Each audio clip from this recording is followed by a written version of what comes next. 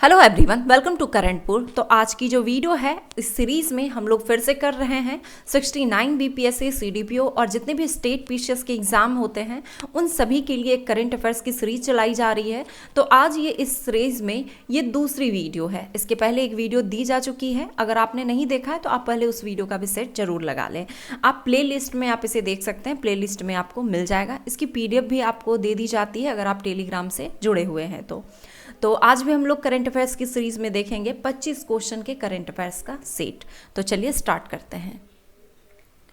Question है पहला कि 28वें जलवायु परिवर्तन सम्मेलन COP28 के लिए अध्यक्ष के तौर पर किसे नामित किया गया है?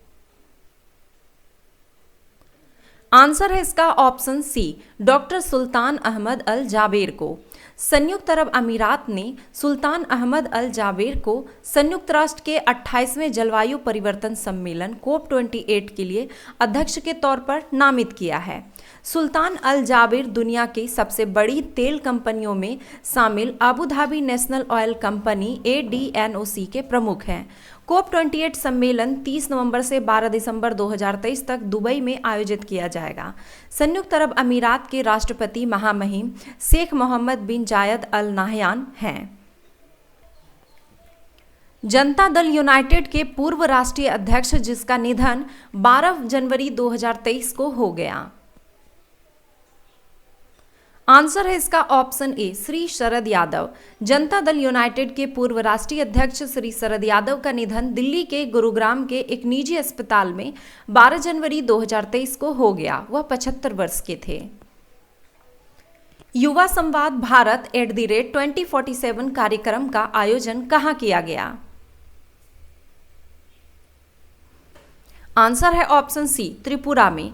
केंद्रीय सूचना एवं प्रसारण व युवा कार्यक्रम एवं खेल मंत्री श्री अनुराग ठाकुर 13 जनवरी 2023 को त्रिपुरा के अगरतला में आयोजित युवा संवाद भारत @2047 कार्यक्रम को संबोधित किए। भारत सरकार लिम्फेटिक फाइलेरियासिस को खत्म करने का लक्ष्य कब का निर्धारित किया है? आंसर है ऑप्शन सी, 2027 तक। केंद्रीय स्वास्थ्य एवं परिवार कल्याण मंत्री डॉक्टर मनसुख मांडविया ने 2027 तक लसिका फाइलेरिया LAF को देश से खत्म करने का लक्ष्य रखा है। लसिका फाइलेरिया को खत्म करने का वैश्विक लक्ष्य जो है वो है 2030 तक। G20 ट्रोइका 2023 में कौन सा देश शामिल है? आंसर है ऑप्शन बी, भारत, इंडोनेशिया और ब्राजील। एक महत्वपूर्ण उपलब्धि के रूप में भारत ने 1 दिसंबर 2022 को G20 की अध्यक्षता ग्रहण की। ऐसा पहली बार हो रहा है कि ट्रोइका में 3 विकासशील और उभरती अर्थव्यवस्थाएं वाला देश शामिल है। ट्रोइका पिछले वर्ष, वर्तमान और आने वाले देश को दर्शाता है। भारत की अध्यक्षता के दौरान ट्रोइका में क्रमशः इंडोनेशिया, भारत और ब्राजील शामिल हैं। 2022 में जो G20 की अध्यक्षता की थी इंडोनेशिया ने किया था, फिर इससे अध्यक्षता दी गई भारत को और 2023 में भारत G20 की अध्यक्षता कर रहा है और उसके बाद आने वाले 2024 में ब्राज़ील करेगा। और ये जो सीरीज बन रही है ना, इसे ही ट्रोइका कहा जाता है कि ट्रोइका में कौन कौन सा देश शामिल है अभी जब भारत अध्यक्षता कर रहा है तो इंडोनेशिया, भारत और ब्राज़ील। संयुक्त राष्ट्र महासभा UNGA का 77वें सत्र के अध्यक्ष कौन है? आंसर है ऑप्शन सी, साबा कोरोसी। हंगरी के राजनयिक साबा कोरोसी संयुक्त राष्ट्र महासभा के आगामी 77वें सत्र के अध्यक्ष के रूप में चुने गए हैं। कोरोसी मालदीव के राष्ट्रपति अब्दुल्ला शाहिद जो कि 76वें सत्र के अध्यक्ष थे उनकी जगह लेंगे। भारत ने किस देश के सेनाओं के साथ अभ्यास साइक्लोन फर्स्ट प्रारंभ किया?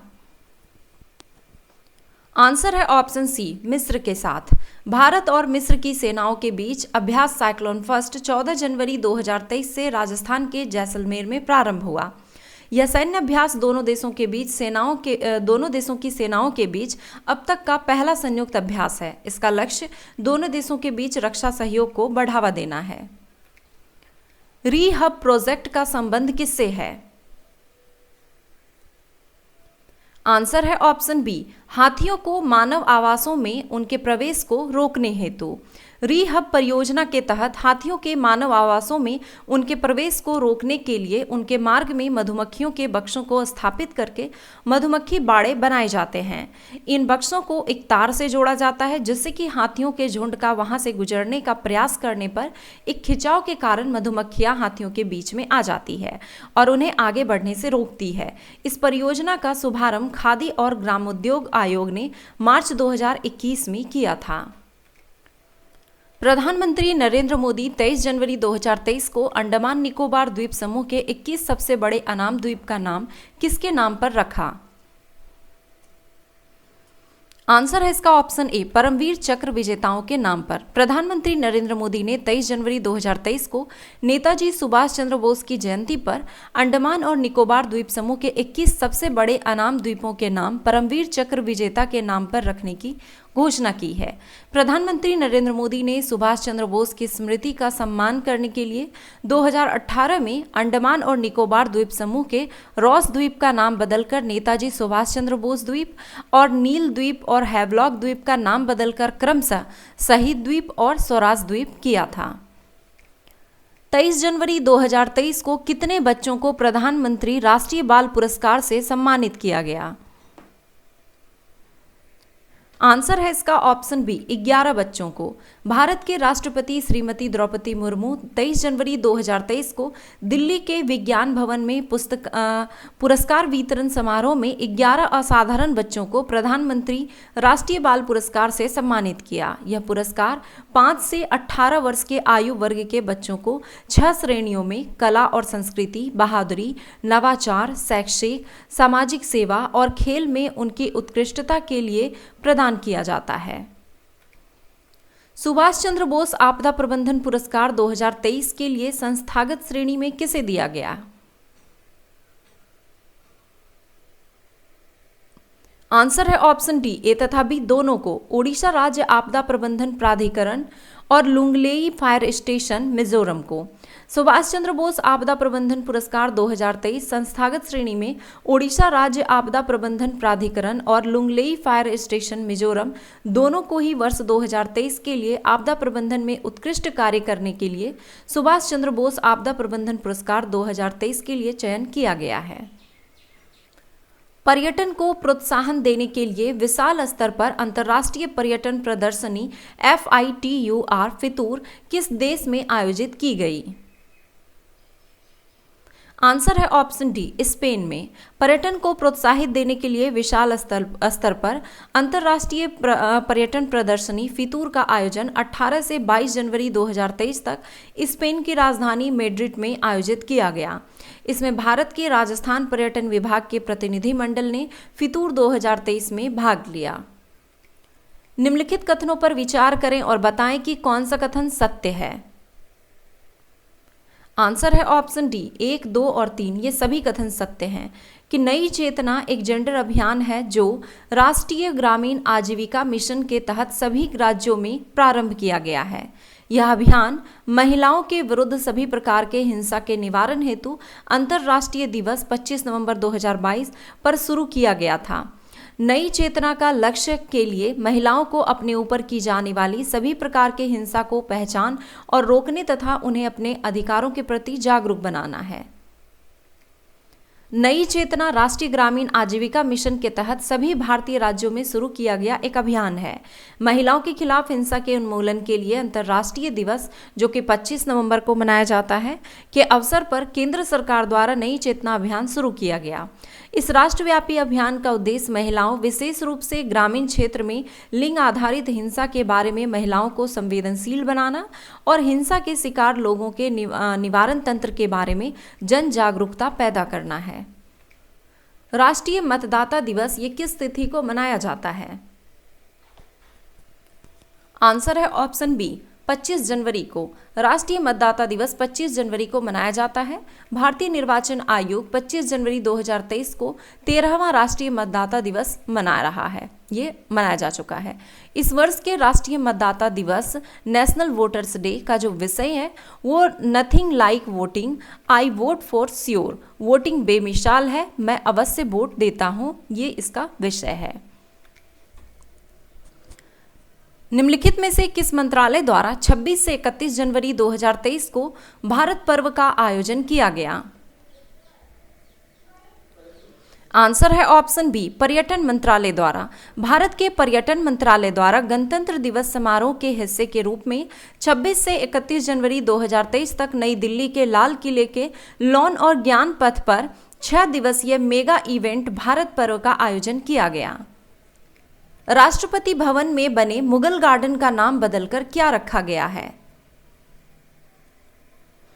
आंसर है ऑप्शन ए, अमृत उद्यान। राष्ट्रपति द्रौपदी मुर्मू ने राष्ट्रपति भवन में प्रतिष्ठित उद्यान का नाम बदलकर अमृत उद्यान कर दिया है।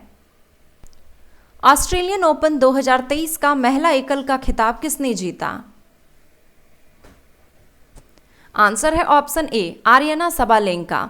बेलारूस की आर्यना सबालेंका ऑस्ट्रेलियन ओपन 2023 का महिला एकल का खिताब जीत लिया है। फाइनल मुकाबले में आर्यना सबालेंका ने कजाकिस्तान की एलेना रिबाकिना को 4-6, 6-3, 6-4 से हराया।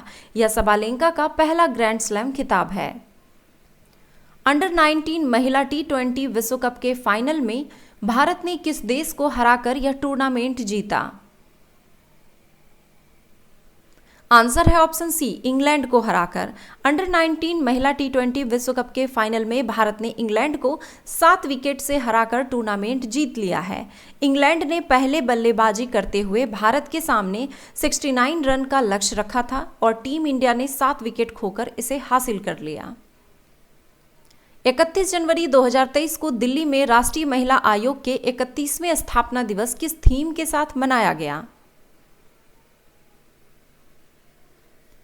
आंसर है ऑप्शन ए, सशक्त नारी सशक्त भारत। राष्ट्रपति द्रौपदी मुर्मू 31 जनवरी 2023 को दिल्ली में राष्ट्रीय महिला आयोग के 31वें स्थापना दिवस को संबोधित किया। कार्यक्रम का विषय सशक्त नारी सशक्त भारत है, जिसका उद्देश्य उन महिलाओं को सफलता का मान करना है जिन्होंने अपनी जीवन यात्रा में उत्कृष्टता प्राप्त की और अपनी श्रेष्ठ छाप छोड़ी है। राष्ट्रीय महिला आयोग की स्थापना जनवरी 1992 में की गई थी। भारत किस देश के साथ मैत्री पाइपलाइन IBFPL के जरिए उस देश को डीजल की आपूर्ति करेगी? आंसर है ऑप्शन डी, बांग्लादेश के साथ। भारत बांग्लादेश मैत्री पाइपलाइन IBFPL बांग्लादेश को डीजल की आपूर्ति करने हेतु प्रारंभ किया गया है। लगभग 131 किलोमीटर लंबे पाइपलाइन का निर्माण भारत से डीजल का आयात करने के लिए किया गया है। बिहार के कितने व्यक्तियों को पद्म पुरस्कार 2023 से सम्मानित किया गया? आंसर है ऑप्शन सी, 3 व्यक्तियों को। बिहार के 3 व्यक्तियों को पद्मश्री पुरस्कार 2023 दिया गया, जिसमें बिहार के गणितज्ञ आनंद कुमार, पेपर मेसी की कलाकार सुभद्रा कुमारी और कलाकार कपिल देव प्रसाद को पद्मश्री पुरस्कार से सम्मानित किया गया है। पुस्तक नीतीश कुमार अंतरंग दोस्तों की नज़र से पुस्तक के लेखक कौन हैं? आंसर है ऑप्शन ए, उदयकांत। यह पुस्तक नीतीश कुमार के मित्र उदयकांत द्वारा लिखी गई है। नीतीश कुमार के जीवन पर आधारित किताब का विमोचन 3 जुलाई 2023 को पूर्व मुख्यमंत्री लालू प्रसाद यादव ने किया। कौन सा राज्य सबसे अधिक सूक्ष्म उधार माइक्रो फाइनेंस MFI लेने वाला भारत का राज्य बन गया है? आंसर है इसका option D, Bihar. Cliff high mark की एक रिपोर्ट के अनुसार मार्च 2023 तक बिहार तमिलनाडु को पीछे छोड़ते हुए भारत में सबसे अधिक सूक्ष्म उधार लेने वाला राज्य बन गया है। मार्च 2023 तक बिहार की माइक्रो फाइनेंस उधारी 48,900 करोड़ रुपए थी, जो कुल पोर्टफोलियो का 14.5% था। इस बीच तमिलनाडु की MFI उधारी 46,300 करोड़ रुपए रही, जो कुल बकाया का 13.7% है। 18 जुलाई 2023 को कहां मलमास पुरुषोत्तम मास मेला का आयोजन किया गया? आंसर है इसका ऑप्शन बी, राजगीर में। 18 जुलाई 2023 को बिहार के नालंदा जिले के राजगीर में विश्व प्रसिद्ध राजगीर मलमास मेला का आयोजन किया गया। 1 माह चलने वाले मेले के दौरान कई पवित्र शाही स्नान किए गए। पारंपरिक ध्वजारोहण के साथ साधु और संतों की उपस्थिति मेले में देखी गई। L20 शिखर सम्मेलन यानी कि लेबर 20 समिट 21 से 23 जून 2023 को कहां आयोजित किया गया? आंसर है ऑप्शन बी, पटना में। L20 शिखर सम्मेलन का 21 से 30 जून 2023 तक बिहार के पटना में आयोजन किया गया। इसमें सार्वभौमिक सामाजिक सुरक्षा तथा महिलाएं और फ्यूचर ऑफ वर्क जैसे विषयों पर व्यापक चर्चा की गई। बिहार के राज्यपाल राजेंद्र विश्वनाथ आर्लेकर ने इस बैठक का उद्घाटन किया। श्री आर्लेकर ने अपने उद्घाटन भाषण में प्रतिनिधियों को श्रम मुद्दों और मानवाधिकार को समाहित करते हुए सामाजिक सुरक्षा पर चर्चा करने के लिए प्रोत्साहित किया। तो ये थे आज के करंट अफेयर्स की सीरीज में 25 क्वेश्चन का करंट अफेयर्स का वीडियो। आई होप कि वीडियो पसंद आया होगा। वीडियो पसंद आया तो लाइक ज़रूर करें, कमेंट करें और अपने दोस्तों के साथ शेयर ज़रूर करें। धन्यवाद।